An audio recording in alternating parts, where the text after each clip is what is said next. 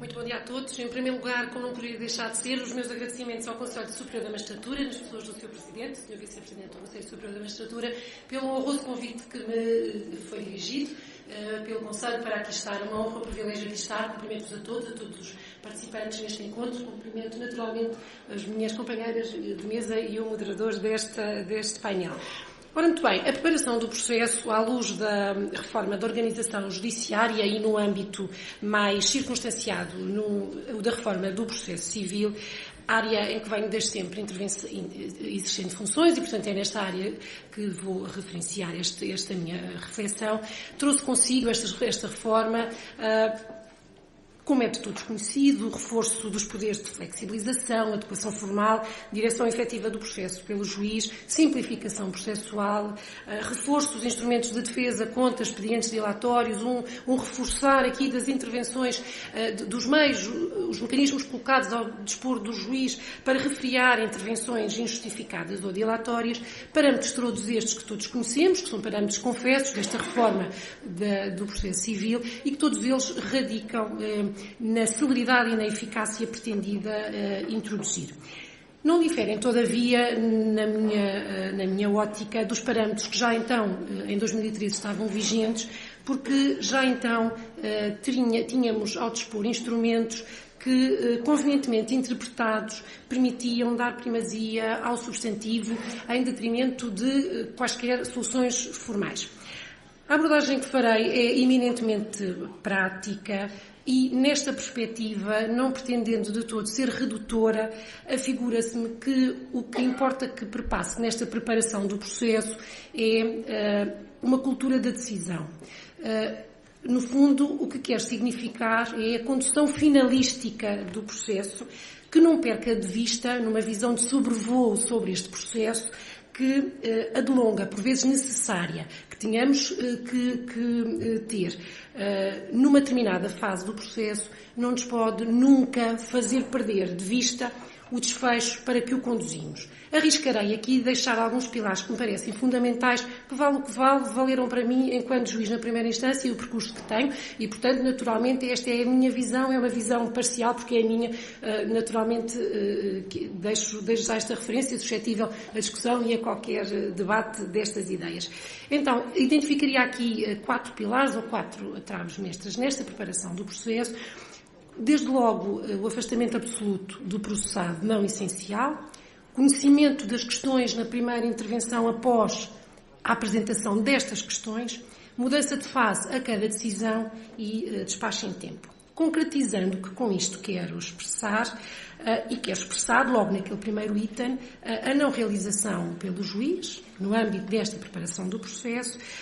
de qualquer ato que não seja necessário, que não seja fundamental, a regular e sã tramitação processual. Evitar formalismo, evitar incidentes, naturalmente não estou a referir-me àqueles incidentes processualmente estabelecidos, mas incidentes dilatórios, e também passa por, e o papel do juiz também pode ser este, de incentivar, nesta comunidade de trabalho que já hoje aqui ouvi referir, incentivar também as partes a agilizar práticas processuais e a fazê-las parte integrante desta comunidade de trabalho. Passa também por não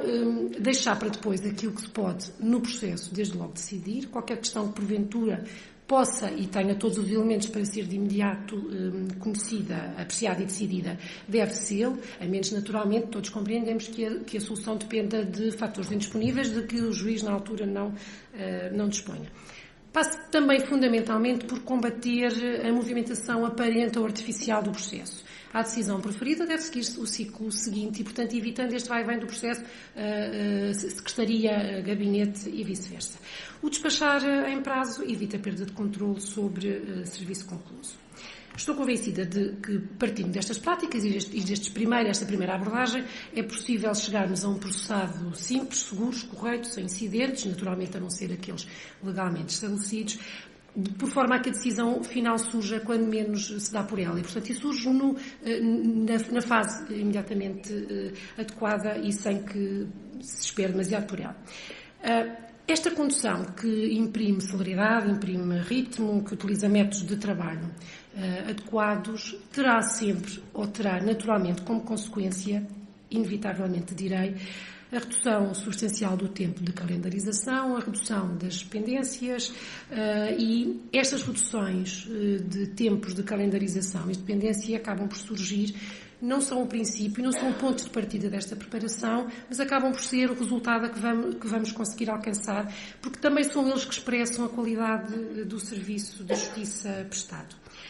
Do que se trata, assim, é fundamentalmente de uma gestão do processado, no pressuposto de que este não é mais do que um instrumento para atingir os reais objetivos da justiça. O processo civil não constitui um fim em si mesmo, está ao serviço da satisfação dos direitos de natureza substantiva. Também já hoje aqui ouvi esta referência e dir-vos-ei que esta preconizada desenvoltura nesta ordenação do processamento, esta boa visão de conjunto dos instrumentos processuais, permitirá, sem dúvida, na minha ótica, colocar o processo ao serviço da justiça do caso concreto. Eu tinha dar-vos algumas notas, alguns exemplos da minha prática, mas não poderia entrar nesta exemplificação sem deixar duas notas que me parecem imprescindíveis. Quando refiro celeridade, não quero dizer que esteja aqui a professar a cultura do instantâneo. Não quero aqui dizer que se deva decidir apressadamente, porque todos conhecemos os princípios que não podem, não devem jamais ser atropelados. Portanto, esta decisão célere não é uma decisão que desrespeite qualquer dos princípios da igualdade, do contraditório. Todos sabemos que o processo a justiça tem um tempo e um ritmo próprio, que requer reflexão, ponderação, em obediência aos princípios por que se rege. Quando introduzi a nota da celeridade, não quis mais do que significar a necessidade de nos despojarmos no processo e na preparação e na intervenção do processo de práticas arraigadas, formalistas, que não cumprem um fim em benefício da decisão em tempo razoável. Quis afastar os despachos interlocutórios que não cumprem um fim ao serviço da decisão de mérito. Quando refiro eficácia, o que pretendo é colocar estes propósitos da reforma, simplificação, desburocratização, agilização, ao serviço da tutela judicial efetiva, cuja prossecução com êxito, penso que todos estamos de acordo, é fator de legitimação do processo e é fator de legitimação das decisões nele proferidas. Esta busca, também queria deixar esta nota presente, esta busca de celeridade e eficácia não tem qualquer lógica economicista de produtividade pela produtividade. Está colocada, no fundo, ao serviço da duração irrazoável do processo. E eu ousaria dizer que está colocado ao serviço daquilo que deve ser para cada um de nós e para todos e para o conjunto que aqui está, o processo temporalmente justo. E esta procura deste processo temporalmente justo tem que ter subjacente também algumas práticas que imprimam eficácia e celeridade a estas tramitações. Dar-vos-ei agora uma outra exemplo prático, são exemplos recolhidos da minha prática judiciária. Em primeira instância, não tenho tempo na relação, nem me atreveria a deixar aqui propósitos, sem prejuízo atrevidamente, mas afinal ter aqui também uma notazinha, mas muito breve e temendo que possa não estar correta, mas não deixarei aqui de atrevidamente também relativamente à relação, deixar aqui uma nota. Muito bem, exemplos para concretizar estes princípios que vinha introduzindo e que vim aqui sugerindo como devendo estar presentes nesta preparação do processo.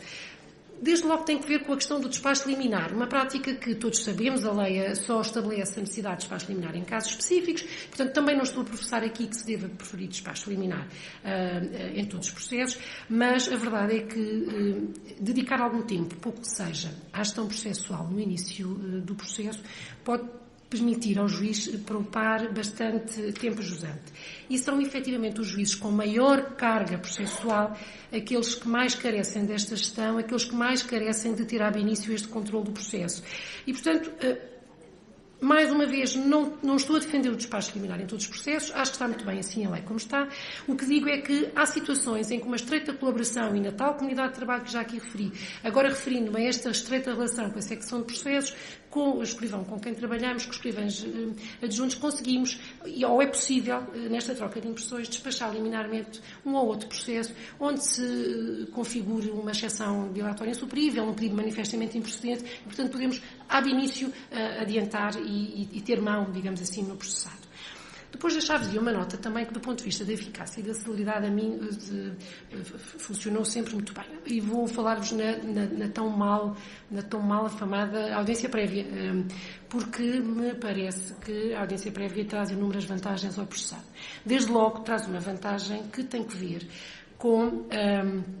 uma missão conciliatória do juiz, que me parece nem sempre tem sido colocada no lugar próprio. Muitas vezes o funcionário faz a chamada, pergunta aos advogados: há acordo, não há acordo? Quando chega ao gabinete do juiz, doutor, não há acordo, e o juiz passa para o ponto seguinte da diligência que vai realizar. E, efetivamente, a mim, e sobretudo agora, porque o processo civil nesta reforma de 2013 pôs aqui um forte pendor proativo ao juiz, diz-lhe que deve empenhar-se ativamente na obtenção da solução de equidade. Aparece-me que esta missão conciliatória, também ela é uma das concretizações do princípio da direção do processo, de que não deve prescindir. Relativamente ainda à audiência prévia, deixar-vos só esta nota. Na audiência prévia, designando a audiência prévia, eu consigo praticar em 1 hora, 2, 2h30, meia hora, dependendo do tipo de processo, consigo praticar um conjunto de atos que concentro naquele momento e consigo fazê-lo, evitando que, proferindo por escrito os despachos, eu tenha, em vez das 2 horas ou 2h30 que me durou a audiência prévia, eu vou ter 2 meses, 3 meses para já vou exemplificar, para proferir este despacho por escrito, o despacho é notificado, a parte reclama e, portanto, consigo concentrar. Sobretudo partindo do princípio, e esta é uma prática que penso que não está muito enraizada em todos nós, que é a oralidade. Isto é, os despachos não valem por estarem escritos, os despachos valem se os preferir oralmente. E este princípio da oralidade subjacente à audiência prévia permite que o juiz consiga, de forma mais fluida, conjuntamente com os mandatários das partes, proferir despachos, decidir as reclamações, no caso, estou a pensar no despacho que fixa o objeto do litígio e os temas da prova, preferir despacho que conheça as reclamações dos temas da prova, por exemplo, e fazê-lo ali nesta interação e nesta fluidez com os mandatários das partes ali presentes. E, portanto, é possível, com recurso a esta diligência, que nem sempre é bem vista, e eu tenho constatado não ser bem vista, eu preferir ali despacho, que se não preferir naquele momento, vou fazê-lo em 4 tempos. Se eu não marcar a audiência prévia, vou ter que preferir um despacho que fixe o objeto do litígio e identifica os temas da prova. Este despacho é notificado, as partes têm prazo para reclamar, as partes vão requerer a audiência prévia potestativa, normalmente não o vêm fazer, ou quando vêm os colegas são muito avessos esta audiência prévia potestativa, apesar de assim designada, e portanto acabam por conhecer por despacho estas reclamações. Portanto, temos aqui um novo despacho, mais notificações, mais pedidos de esclarecimento e, portanto, temos aqui um caminhar no processo quando eu posso concentrar tudo neste único momento e concentrar esta prática de dados. Deixaria uma nota também a propósito de uma outra temática que tem a ver com a suspensão da instância. A suspensão da instância, porquê? Porque é muito frequente também na audiência prévia, no início desta audiência, e é normal que assim seja, porque é o primeiro momento em que os advogados muitas vezes estão pessoalmente, é o primeiro momento em que as partes ali estão e foram convocadas até para estar. É muitas vezes neste início da audiência que me era requerida a suspensão da instância porque as partes queriam chegar a acordo. E, contrariamente ao que ela diz a propósito do julgamento, suspensão da instância para acordo. Não dá lugar ao adiamento do julgamento, mas não diz nada para a audiência prévia. E, portanto, eu consegui sempre, com muita generosidade dos mandatários, dizer-lhes que, e nunca fui contrariada neste meu propósito, fazê-los deferir, conseguir o acordo deles para que deferissem esse pedido de suspensão da instância para o final da audiência prévia, a menos que, naturalmente, eu fosse conhecer do mérito da causa e, portanto, iria inviabilizar qualquer perspectiva de acordo. Não estou a falar nesta questão. Nem estou a falar numa audiência prévia em que eu já tenho preparado que vou conhecer uma exceção que vai, francamente, ser favorável a uma parte e, portanto, vai aqui introduzir fatores que vão distorcer um eventual acordo e uma perspectiva das partes no sentido de encontrarem aqui uma plataforma de entendimento. Mas estou a pensar nas outras circunstâncias. E, portanto, o que é que eu consigo? Consigo maximizar o meu tempo de trabalho, porque preparei aquela prévia, os mandatários também a prepararam e, portanto, estamos preparados, vamos fazê-la. Acaba a audiência prévia. Então, deduzido o requerimento que requer a suspensão da instância, eu decreto a suspensão da instância e marco logo com uma dilação necessária a data para julgamento, o que também serve, digamos, de alguma, eu não ia usar a expressão que é muito forte, pressão ou de um fator indicativo de que a suspensão tem mesmo aquele fim e, portanto, vou logo dando cumprimento àquilo que será a fase seguinte do processado em que vou entrar, caso não se logre o acordo não seja possível de obter. Outra nota ainda prática vos deixarei a propósito da questão da prova pericial, porque a prova pericial, todos na primeira instância sabemos isto, muitas vezes é um fator aqui de grande delonga. Porquê? Porque haverá aqui atos temporais que escapam à direção do juiz. E, portanto, há aqui um período em que, se eu determinar uma perícia contabilística, se eu determinar uma perícia ou um processo de tenha de empreitada que é preciso averiguar defeitos da obra, eu sei que vou perder o controle aqui do processo durante algum tempo. Então, o que me parece ser uma prática que pode funcionar, tem que ver com convocar os peritos, até a pretexto do compromisso de honra, ou não, convocá-los especificamente para esses fins, convocar as partes também e, com elas, numa pequena reunião, agendar fases da perícia necessárias, tempos da perícia para cada uma das fases e, portanto, consigo desde logo aqui agilizar, às vezes, até o contacto entre os peritos, que nem sempre é feito com a agilidade necessária. Depois também poderá ser possível, nestas provas periciais, por exemplo, uma prova que requer a junção de documentos que não estão no processo, parece-me que também poderá ser possível, desde que nesta reunião de trabalho assim fica ciente, que o perito peça diretamente à parte um documento, dando conhecimento à parte contrária e dando conhecimento ao tribunal. Porque, da minha experiência prática, o juiz não vai duvidar da pertinência de um documento que é pedido pelo perito, explicando porque é que é essencial para aquela perícia. E, portanto, eu posso, em vez de aguardar que o perito me peça a mim, tribunal, o tribunal notifica a parte junta o documento é notificado à parte contrária e depois é comunicado ao perito e o perito, então, finalmente, o documento ao fim do mês e meio, esta prática de perito pede à parte, dá conhecimento à parte contrária, dá conhecimento ao tribunal e, portanto, até é uma forma de enraizar ou de alguma forma promover uma maior colaboração entre as partes com efeitos práticos no tempo de realização da perícia. Depois uma outra questão, também muito prática, poderá ser muito comezinha, mas que pode aqui trazer tempos, retirar tempo de processo, tem a ver com a dificuldade com que, em processos muito extensos, e estou a pensar da minha experiência na instância central civil, processos que chegam a julgamento com 10, 12 volumes, não é preciso tanto, basta 5 ou 6, em que a prova é fundamentalmente documental, há muitos documentos juntos, os documentos nem sempre estão juntos de forma numerada, ou até poderão estar, mas por causa do sítio e da capacidade de entrega via sítios, os documentos chegam ao processo de forma desordenada. E, portanto, muitas vezes acontece que, havendo muitos volumes de processado, o que acontece é que há ali tempos que são constrangedores para toda a gente, em que a testemunha está a ser inquirida, o advogado quer ouvi-la sobre um documento que é um mail que está junto a folhas 1300 e qualquer coisa, mas nós não sabemos onde é que está e estamos à procura se de facto não entrou pela ordem, entrou com o requerimento do dia tal, mas entretanto não está na ordem e, portanto, poderá ser uma forma também de convocar. Isto tem que ver também com a autorresponsabilização de todos nós e também das partes e com a colaboração. Não será má ideia pedir aos mandatários que, preferencialmente no momento da audiência prévia, fim da audiência prévia, que identifiquem, à luz dos temas da prova que foram ali fixados, identifiquem os documentos em que sedimentam a sua versão com exata identificação no processo,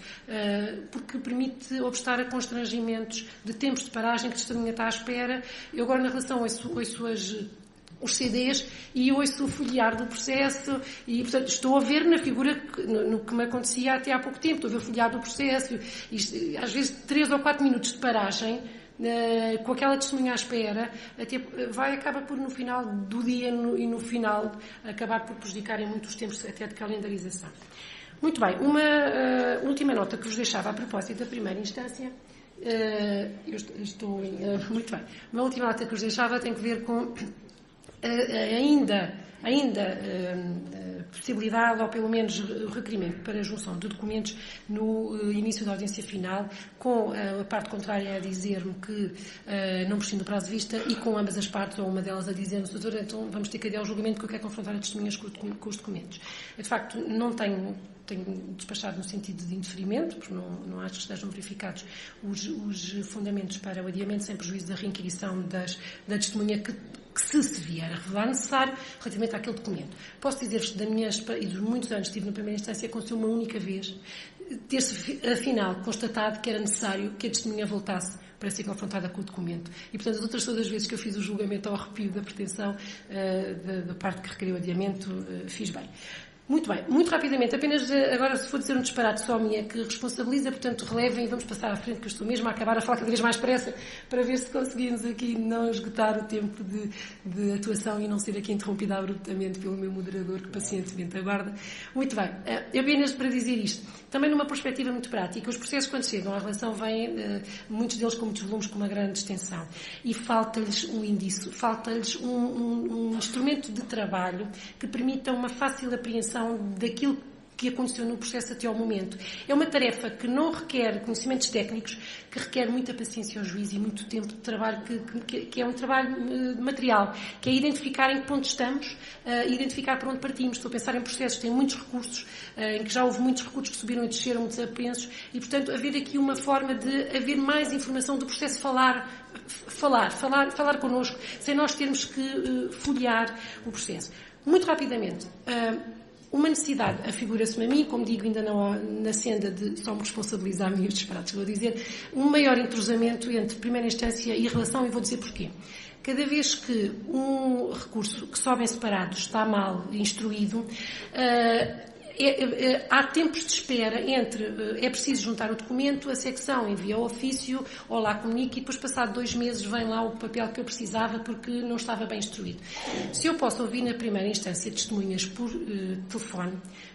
penso que uma forma de resolvermos esta questão poderia ser um contacto telefónico da Secretaria, com cota no processo, resposta por e-mail, identificado no processo, e, portanto, teríamos aqui, no fundo, tem que ver com esta utilização dos meios que temos ao dispor para imprimir algum rito. Fundamentalmente, notas finais. Estas notas aqui deixadas não pretendem mais do que afastar alguma ainda inércia do judiciário face a um modelo burocrático de organização dos tribunais e interação entre eles. A cultura judiciária, o modo de atuação de cada juiz, faz, antes de mais, uma perspectiva interrelacional, centrada em objetivos e resultados, que desemboque numa atitude proativa de racionalização, que não prescinda de uma abordagem dos diplomas legais, desprovida de pré-compreensões desadequadas, e busque neles a ratio da norma e a sua natureza utilitária ao serviço do processo. Um juiz não pode nunca não pode nunca ter a pretensão de cumprir a sua função quando se alheia das consequências da sua intervenção do processo. Não obstante o novo traçado do mapa judiciário, o novo modelo de gestão, possa trazer aqui e ali uma concretização prática deste ou daquele desiderato, certo é que os protagonistas, para o bem e para o mal, os protagonistas dos atuais paradigmas serão sempre os magistrados judiciais. A reforma judiciária será aquilo que os sujeitos do judiciário dela fizerem. A preparação do processo refletirá sempre quem nele interveio, o seu empenho e motivação e as sinergias que carregue para a vida judiciária. Saibamos encontrar essa energia estimulante que permita colocar-nos ao serviço do outro, em nome de quem administramos a justiça. Muito obrigada pela vossa atenção.